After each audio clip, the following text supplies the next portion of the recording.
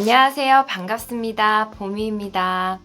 나를 사랑하는 방법 중 지난번에 존재를 사랑하기 위한 방법에 대해서 이야기했었어요.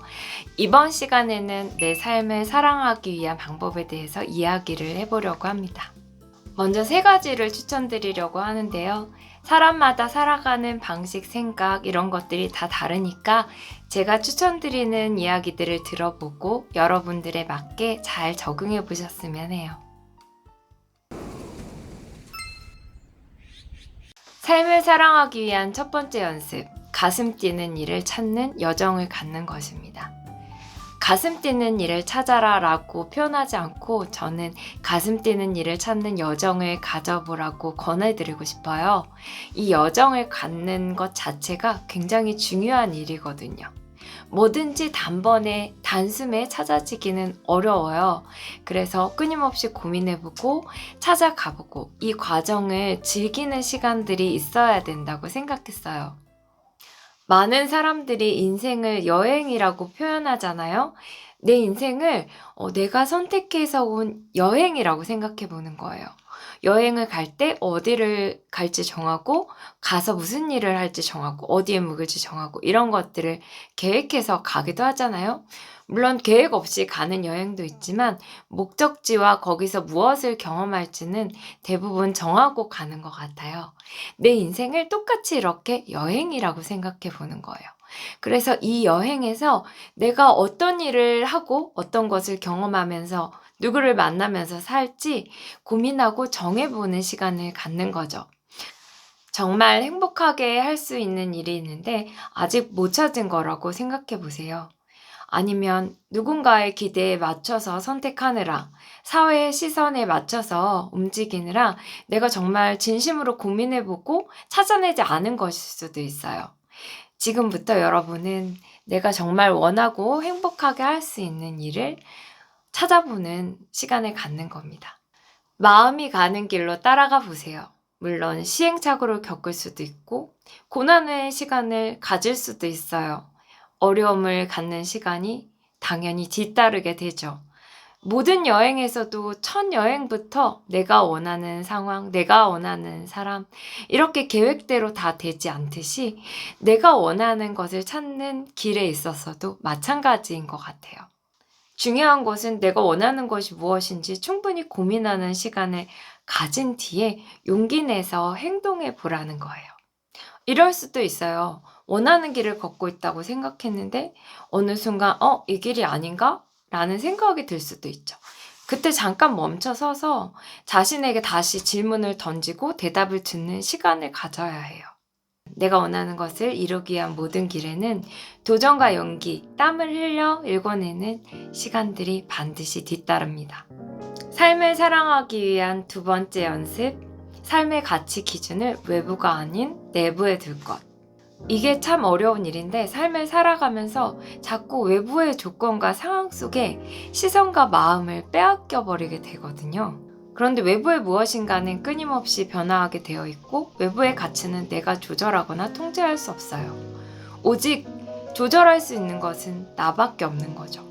이 외부의 무엇인가에 나의 가치를 두게 되면 나에게 집중하기 어렵고 외부에 집중하게 되고 외부의 가치는 끊임없이 변하기 때문에 이 나의 마음도 같이 불안정해질 수밖에 없게 돼요. 외부의 무언가는 어떻게 변할지 내가 예측할 수가 없거든요. 그렇기 때문에 삶의 가치 기준을 나에게 두고 나에게 집중할 때만이 온전히 내 삶을 발전시켜 나갈 수 있게 돼요. 이것과 연결해서 잠깐 비교라는 가치에 대해서 이야기해 보려고 하는데요. 삶을 발전시켜 나가고자 하는 많은 사람들이 이 비교라는 가치를 활용합니다.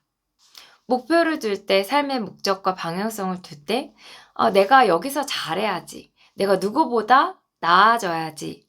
아니면 어떤 물질적인 가치의 목표를 둘 때에도 내가 제일 좋은 것을 가질 거야. 더 나은 것을 가질 거야.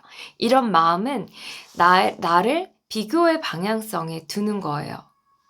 설사 그 목적을 달성하게 됐다 하더라도 내가 그것을 달성했을 때 다른 비교의 대상이 나타날 것이기 때문에 나는 온전히 내가 아닌 누군가와 무엇인가와 비교되는 그 가치의 대상 안에 들어가게 되는 것이죠. 누군가와 비교되는 대상, 그 비교의 기준 안에 들어가 있으면 온전히 내 삶을 발전시키기 위한 가치에 집중하기 어렵게 되고, 비교라는 가치 자체가 어떤 대상의 높고 낮음의 한계선상에 두는 것이기 때문에 내 마음이 불안해지고 초조해지는 상황이 올 수밖에 없게 돼요. 쉽게 생각해서 온전히 자유로운 상태. 내가 내 안에서 기준을 정하고 움직일 때는 방향성을 정하고 그냥 움직이면 되거든요. 그런데 내가 예상할 수 없는 무언가가 나의 기준을 계속 재고 자르고 있다고 생각해 보세요. 생각만 해도 좀 기분이 불안하고 초조할 것 같은데, 이러한 것이 온전히 나에게 집중된 삶이라고 보기는 어렵다는 거죠. 원래 비교라는 가치 자체가 세밀히 들여다보면 내가 누구보다 낫다라는 심리에서 나온 것이거든요. 사람은 누구나 난 특별해 라고 생각하고 싶어 한대요. 그리고 때론 이 비교라는 가치를 통해서 자신을 정말 발전시킬 수 있는 그런 동력이 되기도 하죠. 그러나 이 방법이 영원할 수는 없다는 거예요. 온전히 나로 살아야 하고, 그러기 위해서는 나의 가능성을 발전시킬 수 있는 방향성과 목표를 찾아야 해요. 사람은 누구나 다 많은 가능성을 가지고 있지만 각자가 가진 보석은 다 다르죠. 이 세상 그 많은 사람 중에 어느 누구도 똑같은 보석, 똑같은 빛깔을 지닌 사람은 존재할 수가 없어요. 그래서 내가 내 보석을 갈고 닦아서 빛이 났을 때 아름답고 그 가치가 의미가 있는 것이지, 이 나의 빛깔과 남의 빛깔을 견주는 것 자체가 어떤 의미가 있을까요? 삶을 사랑하기 위한 세 번째 방법. 자신을 더 나은 정의로 발전시켜 가세요. 나를 무엇이야, 어떤 사람이야 라고 정의 내리고 결론 짓지 않았으면 해요. 마치 드라마 엔딩 장면처럼 지금 화면에 이 순간 비춰지는 내 모습이 죽을 때까지 가지고 갈 모습인 것처럼 생각해 버리는 경우가 많거든요. 대신 나를 더 나은 정의로 발전시켜 가세요. 원래 나라는 존재에는 틀이 존재하지 않아요. 사람은 우주를 닮았다고 하잖아요. 365개의 혈이 있고 12경락이 있고. 이 무한한 우주처럼 사람에게도 한계가 존재하지 않는데, 많은 사람들이 자신에게 스스로 한계를 만들고 있다고 하죠. 나를 무엇으로 정의하면 나는 곧장 그 한계에 갇혀버립니다. 사람은 자신을 어떻다라고 정의하려고 하는 습성이 있는데, 그 이유가 내가 어떤 틀을 만들고 그 안에 들어가 있으면 안정감을 느끼거든요. 또는 어떤 상황으로부터 도망칠 수 있는 비밀을 만들 수 있게 되기도 하죠. 그래서 스스로 내가 만들어낸 이 틀에 갇히지 않기 위해 찾아낸 방법이, 내가 만들어낸 어떤 정의를 찾아내고 더 나은 정의로 발전시켜 나가는 것이었어요. 예를 들면 나는 체력이 약한 사람이다 라고 제가 내린 정의가 있거든요. 오랜 경험에서 나온 정의였죠. 그것에서부터 나온 생각들을 찾아서 정리해 보니까, 나는 체력이 약해서 여러 가지를 동시에 할 수가 없어. 조금만 무리하면 그 다음날 생활에 지장이 있어 라는 생각이 만들어졌더라고요.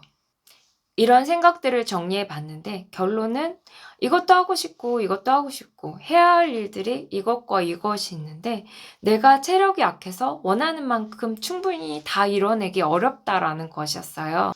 그래서 내가 원하는 것에 초점을 맞춰서 새로운 정의를 만들었어요. 나는 내가 원하는 것을 모두 할 수 있을 만큼의 체력이 있다. 또는 나는 내가 원하는 것을 모두 이뤄낼 수 있을 만큼의 조율할 수 있는 힘이 있다. 삶을 사랑한다는 것은, 내 인생을 사랑한다는 것은 존재를 사랑하는 것에서도 이야기했던 것처럼 말 그대로 내 인생을 어떠한 평가와 기준 없이 있는 그대로 인정하고 받아들여주는 일인 것 같아요. 그리고 거기에 더해서 내 인생을 원하는 가치대로 살 수 있도록 내 그림을, 어떤 그림을 그려나갈지 고민해보고 성실히 그려나가는 일인 것 같아요. 이미 내가 원하는 그림을 그릴 수 있도록 나에게 모든 도구는 다 주어져 있다고 합니다. 우주처럼 무한하고 한계가 없으며 무엇이든 창조할 수 있죠. 마치 이것은 어쩌면 신이 할 수 있는 영역이라고 느껴지잖아요. 이미 많은 성인들이 이에 대한 이야기를 해왔어요. 성경에는 내 안에 내가 있다라는 구절이 있고, 불교에서는 모든 사람에게는 불성이 있다고 했으며, 한민족의 경전인 삼일신고에는 자성, 구자, 강제, 인의 신이라는 구절이 있죠. 이 구절은 제가 가장 좋아하는 내용인데, 스스로 간절히 원하여 구하면 이미 너의 뇌에 하늘이 내려와 있다 라는 뜻이에요. 이 밖에도 너무나 많은 성인과 현자들이 이와 비슷한 이야기를 수세기를 통틀어서 전해주고 있죠. 과학적으로도 대부분의 많은 사람들이 자신의 뇌의 10%도 쓰지 않고 있다고 이야기하고 있잖아요. 이 10% 외에 나머지 10%만 더 쓴다고 해도 삶에서 정말 기적 같은 많은 변화들이 일어날 수 있을 것 같아요. 혹시 이런 이야기를 하면 지금도 너무 열심히 힘들게 살고 있는데 나머지 8, 90%를 쓰려면 얼마나 더 열심히 살아야 되는 거야? 라는 생각 드시는 분 없으세요? 저는 그랬거든요. 그런데 더 나은 가치를 실현하기 위해 더 많이 열심히 살아야 한다. 이런 생각 또한 사람이 가진 착각이라고 합니다. 부자가 된 만큼, 성공한 만큼, 원하는 것을 이룬 만큼 그 가치와 노력을 절대적으로 환산한다면 모든 사람이 원하는 것을 이루면서 살기는 어려운 일이죠. 물론 되는 대로 편안하게 살자라는 마음이 아니라 내가 어떤 가치를 이뤄나갈 것인지 끊임없이 고민해보고 그 가치를 발견하기 위해 애쓰고 내 삶에 관심을 가져주고 그러한 노력들이 닫혀있는 많은 가능성을 열어줄 것이고 내가 원하는 나만의 그림을 그릴 수 있는 그런 발판이 되지 않을까요? 오늘의 내용이 여러분의 삶을 사랑하는데 조금이라도 도움이 되셨다면 좋아요, 구독, 알림 설정 많은 사람들에게 전달 부탁드립니다. 안녕!